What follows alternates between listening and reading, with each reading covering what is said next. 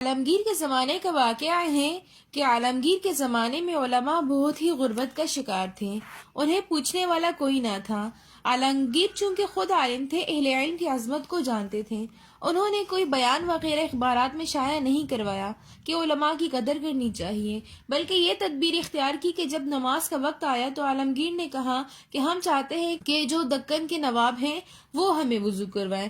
چنانچہ جو دکن کے والی تھے انہوں نے ساتھ سلام کیے کہ بڑی عزت افزائی ہوئی کہ بادشاہ سلامت نے مجھے حکم دیا ہے کہ میں وضو کرواؤں۔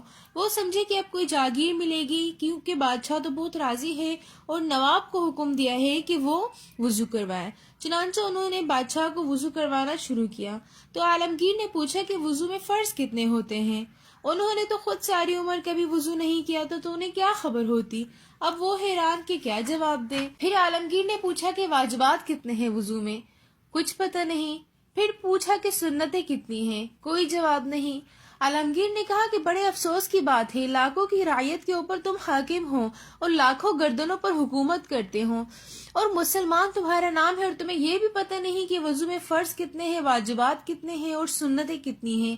مجھے امید ہے کہ آئندہ میں ایسی صورت نہ دیکھوں۔ پھر دوسرے کے ساتھ یہ برتاؤ کیا کہ رمضان المبارک کے مہینے میں ان سے کہا کہ آپ ہمارے ساتھ افطار کریں۔ وہ اس بات پہ بڑے خوش ہوئے کہ بادشاہ نے ہمیں عزت افزائی دی، ورنہ ہماری ایسی قسمت کہاں کہ ہم بادشاہ کے ساتھ افطار کریں۔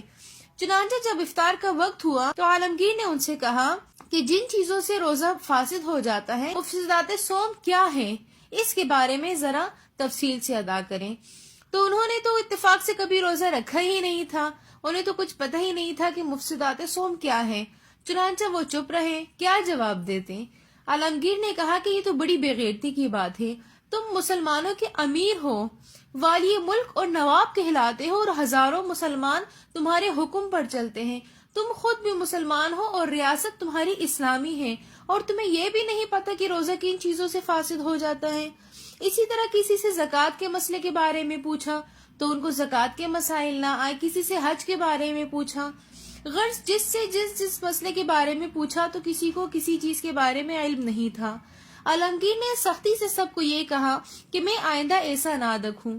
جب یہاں سے مرا واپس ہوئے، اب انہیں ان مسائل کی معلومات کرنے کی ضرورت پڑی تو انہوں نے مولویوں کی تلاش شروع کر دی۔ اب مولویوں نے نخرے دکھانے شروع کر دیے، کسی نے کہا کہ ہم یہ مسئلے بتانے کے اتنے پیسے لیں گے، کسی نے کہا کہ ہم اتنا ہدیہ لیں گے۔ تو انہوں نے کہا کہ حضور ہم آپ کی تنخواہ لگوا لیتے ہیں جس پر آپ راضی ہوں، لیکن ہمیں یہ مسائل بتائیں، کیونکہ ان کو اپنی جاگیریں جانے کا خوف تھا کہ ایسا نہ ہو کہ عالمگیر بادشاہ ناراض ہو کر ہم سے ہماری ریاست چھین لے۔ پھر بھی مولوی نہ ملے تو تمام ملک کے اندر مولویوں کی تلاش شروع ہو گئی، جتنے علماء طلبات ہیں سب ٹھکانے پر لگ گئے، سب کی بڑی بڑی تنخواہیں جاری ہو گئی، اور ساتھ ہی یہ کہ جتنے امراء تھے ان کو مسائل معلوم ہو گئے اور انہوں نے دین پر عمل کرنا شروع کر دیا۔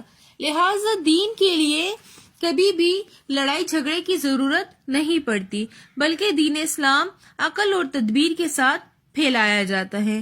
اگر آپ کو ہماری آج کی ویڈیو پسند آئی ہو تو ویڈیو کو لائک، کمنٹ، شیئر اور سبسکرائب ضرور کیجیے گا۔ ملتے ہیں نیکسٹ ویڈیو میں، تب تک کے لیے اللہ حافظ۔